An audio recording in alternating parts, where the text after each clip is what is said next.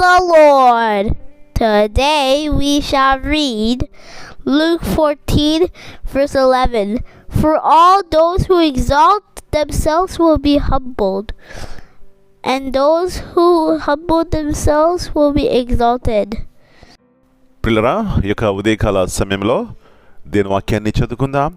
పరిశుద్ధ గ్రంథంలో నుండి లూకా సువార్త 14వ అధ్యాయము 11వ వచనం.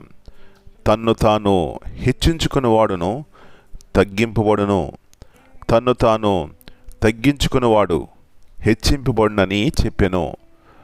యేసు ప్రభువారి అతి శ్రేష్టమైన నామములో పిల్లరా మీ అందరికీ శుభములు తెలియజేస్తున్నాను. మరి యొక్క నూతన ఉదయకాల సమయంలో మరి దేవుని యొక్క మాటలు వినడానికి దేవుడు కృప చూపెట్టారు. దేవుని స్తుతించి, దేవుని మహింపరిచి, దేవుణ్ణి గణపరుచుకుందాం. మంచిది. ఇక్కడ చూసినట్లయితే యేసు ప్రభువారు అన్నటువంటి మాట, ఇది మన యొక్క జీవితములకు ఆశీర్వాదకరమైనటువంటి మాట, మన జీవితాలకు సంతోషం ఇచ్చేటువంటి మాట. ఏమిటంటే తన్ను తాను హెచ్చించుకునేవాడు తగ్గింపబడును, కానీ తన్ను తాను తగ్గించుకునేవాడు హెచ్చింపబడును. పిల్లరా, చాలాసార్లు మన జీవితాల్లో అనుకుంటూ ఉంటాం, అది మానవుని యొక్క మనసు.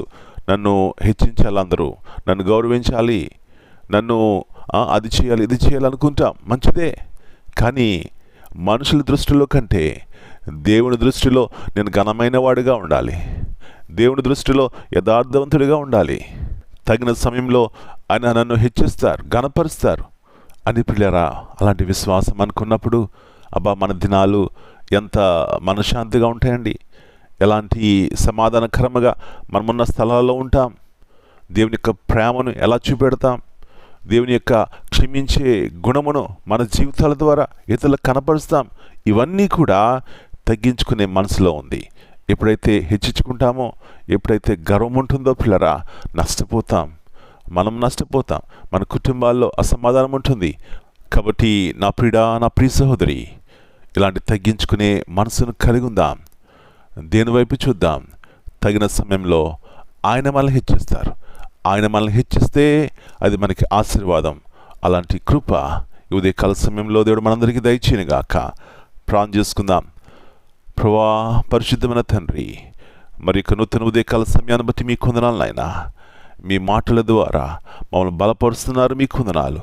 మీ మాటలు మా జీవితంలో ఉంటే మేము ఎలాగా నెమ్మది కలిగి ఉంటాం. గల కారణము మనుషులు మమ్మల్ని హెచ్చించాలని, గౌరవించాలని ఉంటుంది. కానీ ఒకవేళ అలా చేయకపోయినా మీరు మమ్మల్ని హెచ్చిస్తారు, మీరు చూస్తున్నారు అనే ఆ యొక్క హృదయం ఉంటుంది కాబట్టి, అలాంటి దృష్టి ఉంటుంది కాబట్టి, అలాంటి విశ్వాసం ఉంటుంది కాబట్టి ప్రభువా, ఎలాంటి మనశ్శాంతి కలిగి ఉంటాం. ఇలాంటి ఆత్మ ద్వారా ప్రతి ఒక్కరిని నడిపించండి ప్రభువా. యేసు ప్రభువా, మీరు చెప్పిన రీతిగా తను తాను తగ్గించుకునేవాడు హెచ్చింపబడును. ఇలాంటి ఆత్మ ద్వారా మా ప్రతి ఒక్కరిని నడిపించి నెమ్మదిగా జీవితము ప్రతి ఒక్కరిలో దయచేయమని మనం మీ చేతిగా అప్పగించుకుంటూ, ప్రతి ఒక్క అపాయం నుంచి, కీడు నుంచి, పాపం నుంచి, అసమాధానం నుంచి తప్పించమని యేసు ప్రభువారి అతి శ్రేష్టమైన నామమును బట్టి ప్రార్థన చేస్తున్నాను తండ్రి. Amen. God bless you all. My dear brothers and sisters, greetings in the precious name of our Lord and Savior Jesus Christ. Here in Luke 14 and verse 11 teaches a powerful principle about humility and honor. Jesus reminds us that self-exaltation leads to humiliation, while humility leads to elevation.